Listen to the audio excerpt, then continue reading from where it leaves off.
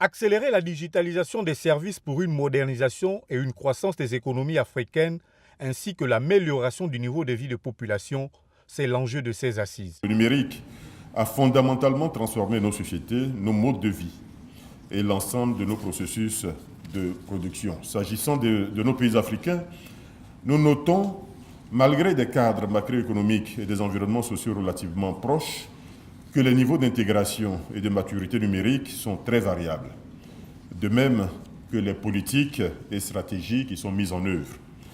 Et pourtant, les progrès en termes de développement numérique concourent à l'accélération des échanges économiques, à l'amélioration de la productivité des acteurs économiques, à l'ouverture de nos marchés, bref, à la création de richesses supplémentaires et à l'amélioration, in fine, des conditions de vie de nos populations. Cette plateforme de convergence, de mutualisation des expériences et de compétences est unanimement saluée par les participants. Ce type de forum est nécessaire parce que cela permet de booster la coopération, pour partager nos expériences, pour pouvoir faire l'état des lieux entre nous, prendre de nouvelles dispositions par rapport aux actions que nous devons mener. L'Afrique a raté plusieurs révolutions industrielles.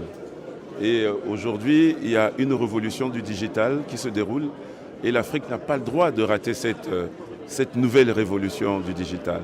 Donc l'enjeu, c'est de faire en sorte que l'Afrique puisse apporter sa valeur ajoutée et déjà au niveau du dynamisme même de l'Afrique, la population africaine est essentiellement jeune et ce secteur est vraisemblablement axé, tourné vers la jeunesse.